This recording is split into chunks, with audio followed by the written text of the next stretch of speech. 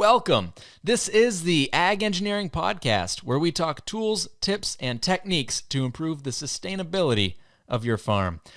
I am your host, Andy Chamberlain from the University of Vermont Extension, and this podcast is supported by Northeast SARE, providing grants and education to advance innovation in sustainable agriculture. We're trying to improve the industry by chatting with farmers and getting their input on tools, tips, or techniques that have changed the way they farm for good. Many of these practices affect multiple areas of the farm. Whether it be environmentally, emotionally, physically, or financially, we share the knowledge to promote sustainable agriculture, lifestyle, and business. Thanks for having a listen. Now, let's get started. Today's episode comes to you from Middlesex, Vermont, where we talk with Patrick Sullivan of Ananda Gardens. He and his wife have been farming the last 5 years, and they're growing 1.5 acres with about a quarter under high tunnels. They're in Zone 4, just outside of Montpelier, Vermont, and their markets are 150-member CSA. Last year, they were over 50% restaurants and wholesale markets, but that pivoted this year and is only about 25% of their business. This year, their gross sales are looking to hit just about $175,000. Patrick, welcome to the show. Thanks, Andy. Thanks for having me. So if you could describe your farm in one sentence, what would you say? Vermont's Wellness Farm. That's our motto, producing healthy food and living soil for our community. And we also say that we produce, the same food that we grow to feed our kids and our family. We produce that for our community. So that's a huge motivator to produce really healthy food, something that we feel comfortable feeding to our family. That same quality goes out to our community, to our customers. That's a good motto to have for sure. Today's episode, we wanted to learn a little bit about Patrick and his farm and get into a little bit more details about him. So first question here today is, if you could tell me about a time when you felt really challenged farming. Sure. I wanted to check with my wife about before I answered this question because, there's a lot of smaller challenges that we deal with. Somebody who's been farming alongside of me, alongside of our business, I wanted to check in with, and she immediately had the response that, what our biggest challenge is. We were public with it last year, so I feel comfortable talking about it. But last year we had quite a different scenario than what I had described this year as. At the end of last year, we grew 2 acres of hemp under contract for a business called CBD Vermont, which no longer exists in that name. But at the end of the season, we were one of two out of about 12 farms that actually they came to harvest, and we were given a bad check. So we were given a bad check for $50,000, which was almost, which was a huge percentage of what we were going to do last year. It was not quite half, but close to half of our gross sales last year were going to come from this hemp crop. We had put a significant amount of money into fertilizing the field, growing cover crops the year before. We put out an irrigation system because that was part of our contract to have the crop irrigated, which we wouldn't have done otherwise, but just to make sure on our end we were covered. So that was a significant expense, plus just all the time communicating with the owner of this company. And a couple things happened, but as to why, and in the end, I think most of the farmers came to the conclusion that we'll never know the full story, but we had a bad check for $50,000, and a lot of that we had already spent. We were really counting on that money, and there was nothing we could do. So we ended last year in a significant amount of debt because of that unfortunate scenario that happened to us. So that really From a challenge perspective, that was the biggest single challenge we've faced the 4th year into business, to have something like that happen to us. Yeah, knowing how to manage it both financially and also emotionally, because it was a lot of stress on my family. It was a lot of stress for all the people involved. We had a 3-day-old baby when when the owner came to harvest our crop. So we also, we were at a time in our family when our family was growing, and yeah, we really had to respond to that challenge. And I'm glad. I think we had to look for the ways that it helped us as a business and as people in order to get through it. But it presented a number of significant challenges. So that is definitely the time we've been most challenged. Wow. Yeah, you're right. I remember hearing about that last fall, and I knew you at this time. I was like, "Holy cow, that's big!" Because you were growing hemp kind of like to the best of your abilities. You had a contract, you had a buyer lined up. Like a lot of people in the growing hemp like just didn't even have a buyer. They didn't even talk to anybody. So like from the perspective, like you were doing the best you can. You had something lined up. Like I mean, you got a check. Like so many people didn't even have the opportunity to get that, and to have a $50,000 check bounce is definitely not cool. And I remember the news reports coming out, and the other farm who um, was across the state growing for the same company. It was also a large, well known, responsible grower, and to have this happen is just like so not okay. It was pretty This devastating.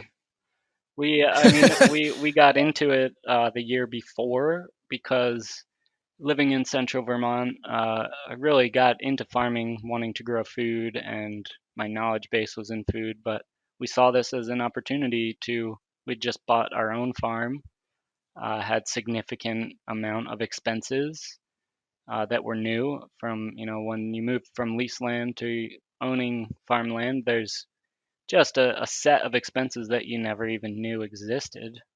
So we were looking to grow our market and grow. It seemed like a good fit. We did it in 2018, a quarter acre, no, a half acre, and got paid. We had a really nice crop, so they offered us 2 acres, and we jumped at the opportunity. And yeah, as a way to really, yeah, we wanted to be able to take a vacation at the end of the year. We wanted to really be on a sound financial foot, and that was, a way we could do that.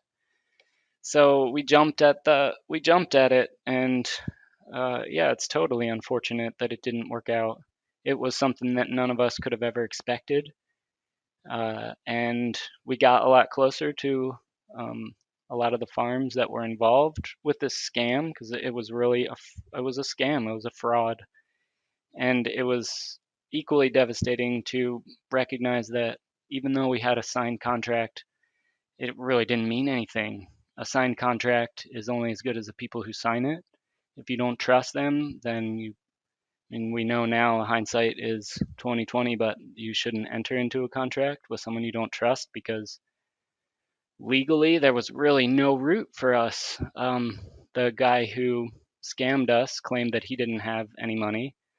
The lawyers told us that even though it was $50,000 that we were owed, I mean, we would have been looking at $20,000, $30,000 of legal fees going after somebody who had claimed that they had $17 in their bank account when they were arrested for this. And now has posted a $10,000 bail. So they did post a $10,000 bail, or someone did, for this person, and we didn't see a penny of that. There was no help from the state. There's basically, when a fraud happens to an individual, there's a fund, but if something happens to a business, there's really no financial resources available. So we just had to eat the money that we put into the crop, take out a loan to cover our 2 different loans to cover our debts that we incurred because we were counting on that money. Our family was growing, and we decided to, finished the second floor of our farmhouse so we could have bedrooms. And we had to cover that, and we had to cover our line of credit that we had built another greenhouse for. So it was a lesson. In hindsight, we shouldn't have spent money that wasn't ours to begin with, but we had a signed contract. It had worked the year before, and we really were confident. To us, lawyers had looked at the contract. We really thought we were going to get paid. And so it was quite devastating, and we really needed to just move on from it. After a certain amount of time, realized that there wasn't too much left to do, and we could either kind of live in the unfortunate or awfulness of the situation, or we could move on as a farm and as a family. And so we kind of chose to move on as soon as we realized that there wasn't much more we could do. Yeah, and it just stings even worse because you did start small and you did get paid the year before. So like you were, building that momentum and relationship with this client, and to have that carpet ripped out from under you, just woof. But what an opposite a roller coaster this has been. That happened about Right. a year ago, and then you just shared the story of how 2020 has been like the best year ever on your farm. So wow, that's it's a wild ride for you and your family. Yeah, and looking back, we really wouldn't have been ready for this year had not the crime happened the year before. We wouldn't, I think from a production standpoint, we wouldn't have, had we not expected that check to come in, we wouldn't have put up another greenhouse. We wouldn't have made some progress on our wash station that we made. And also, I think we wouldn't have been at the same kind of momentum with the amount of work we were doing. So not having that 2 acres of a hemp crop, we were able to just transition and spend more time tending our vegetables, which we were doing well with anyway. So we were able to just kind of shift focus. And so I think in a certain way, we wouldn't have been able to have this year had 2019 not happened. So it was, we really wish that it wasn't so much of a roller coaster, but it did work out in the end.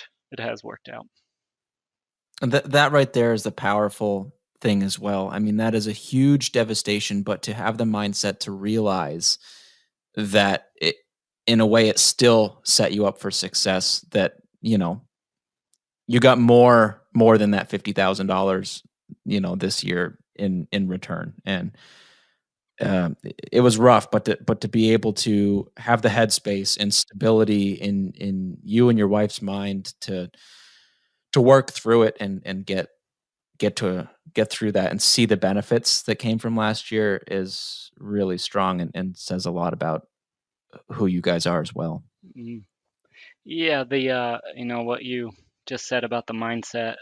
Now we have that as a reference too. No matter what is happening on our farm, we can always reference back and think like, oh, but it's nothing compared to what happened last year with the hemp. As I was talking about before we went on the air, we're putting up a new greenhouse, and we didn't get a complete greenhouse kit that when you buy a greenhouse, you really think the whole thing is going to come. But 3 times we've gone to make progress, and the part hasn't been there, and we have to wait for the part to come, and winter is upon us. And to have the perspective that, well, in the end, this is a pretty tricky, difficult, unexpected situation, but it's nothing compared to what happened last year, so we're going to be fine. That alone was worth it, because in the end, really what we have is mentality. Of course, we really need our community, we really need support on the farm. There's so many factors, but I think the mindset is about the biggest asset we can have, which I learned early on, kind of when I was in my early 20s, got to meet quite a few different farmers in Vermont, and it was something that I recognized early on, like how, man, all these people have a certain mindset, that things don't get them down. They're able to just go out every day and if a problem happens, they just work to resolve it. They don't dwell on it. And that really impacted me that, you need a certain mindset. And so we have, actively worked to cultivate that over the years. Learning to roll with those punches. Did you grow any hemp for yourself or for the community this year, or is that a bad accident that you just don't Not wanna a think about chance. anymore? We did not grow any hemp. We do not want it on the farm. We were asked, now that THC, marijuana is legal, would we have any interest in that? Like, no way. We don't want our family around it. It brings in a whole different subset of people. You know, I'm sure there are a lot of good people in that area, but also, um, there's a lot of dark money in CBD and THC, and we want to grow food for people, and we want to focus on what we love doing. So we are not growing any CBD, and we do not expect to in the future. After an experience like that, I don't blame you.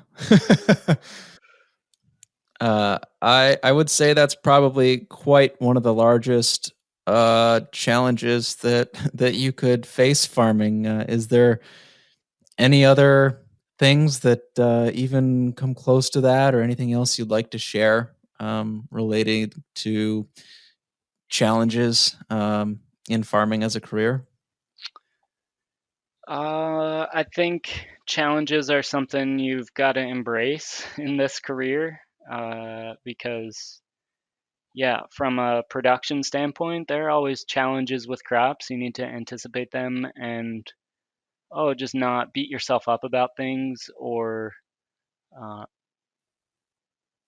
yeah, or take it too hard. You've just got to go out there and try again. I mean, I can't begin to think over the course of 5 years plus my experience before starting this farm how many crop failures we've had, how much potential income we lost.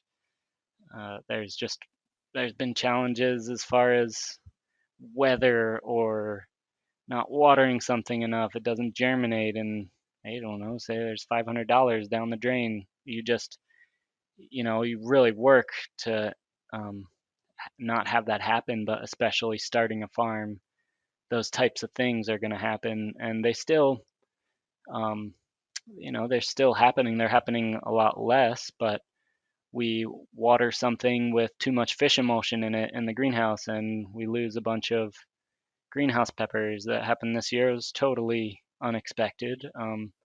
But rather than put your head down, you just need to, like, okay, so this is where we're at now, and what can we do to move forward from where we're at. So I think cultivating, not yeah, I mean not embracing challenges, but being okay with them, and looking forward to resolving issues, rather than when the irrigation springs a leak, being upset about it and kicking the dirt. You really just need to walk out there and fix it. And then in the long haul, it takes whatever it takes to fix it, and then you feel great that you just fixed it, rather than if you sit there worrying about it, and which I definitely have done. But over time, you learn to just, okay, take action. If something goes wrong, take a breath, think about it a minute, but take some action and start rolling the ball in the right direction. So I think that's really necessary to run a farm. And we bought an old farm. So we bought an old farmhouse, an old barn, and there have been significant challenges in rehabbing, or um, renovating. So I think to expect with with building projects, especially when you're reworking something that's already been built, you need to expect a certain amount of challenges. That most things are going to go over budget, because the second you start tearing something out to rebuild or renovate, you find things that you weren't expecting. So buying an old farm, I think you need to anticipate those challenges, and just constantly have a desire to learn, because we can just what we can do as farmers is um, learn to kind of get better, learn every year, learn to do things better, never be settled for necessarily the way we're doing things. Just always look for a new way that can make it easier for us. And so I think that's another part of challenges, that you really need to embrace a certain mentality of yeah, looking beyond the challenge and make everything we can easier. Aside from getting involved in a fraud case and letting life experiences build you up, do you have any suggestions, or what do you do to help manage stress in difficult situations, or how do you train your mindset to get as tough as nails and to deal with those punches when life comes at you? How do you deal with that, or Well, how do you I, recommend somebody I don't claim to be as gets tough as nails. I definitely have weaknesses like everyone. I mean, we're all human and complex.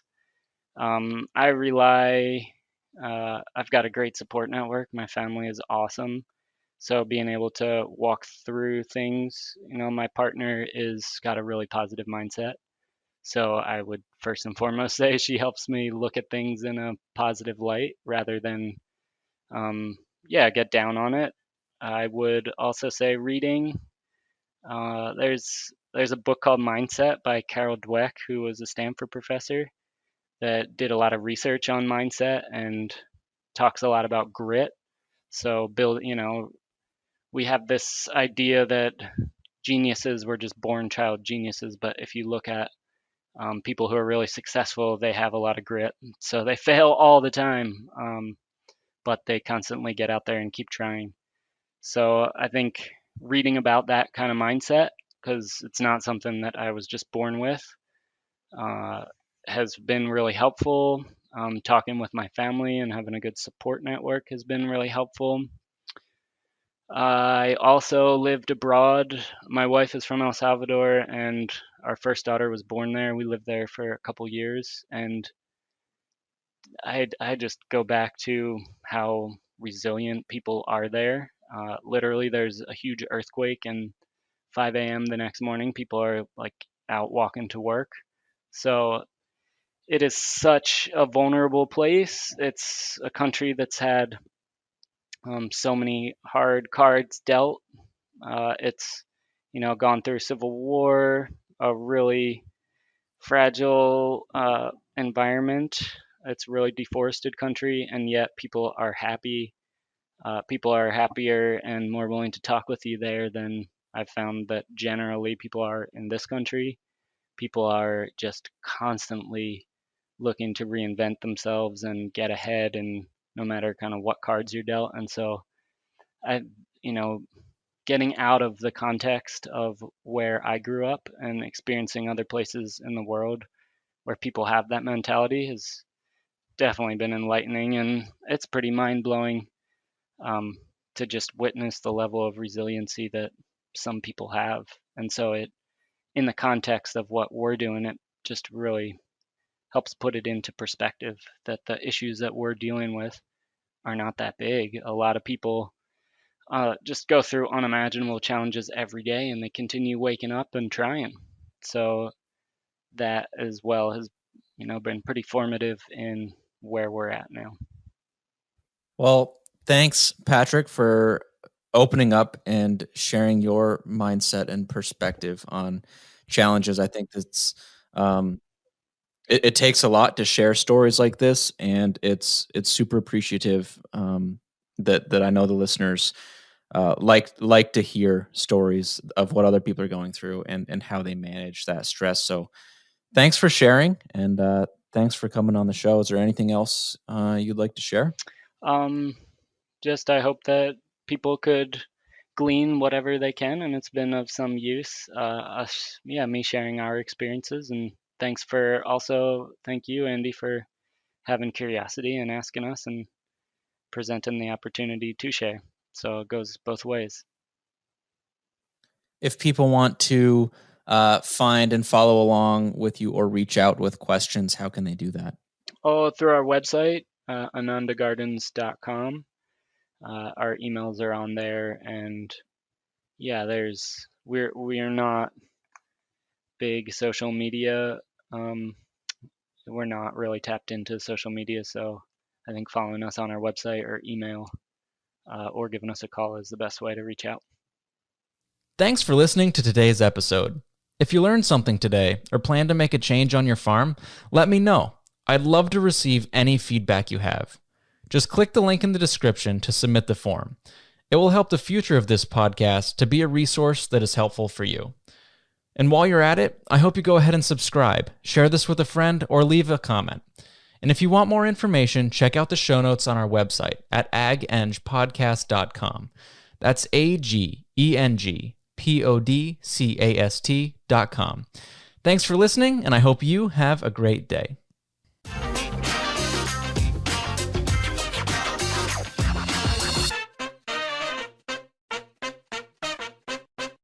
The proceeding has been a production of University of Vermont Extension. For more information on Extension, log on to www.uvm.edu/extension.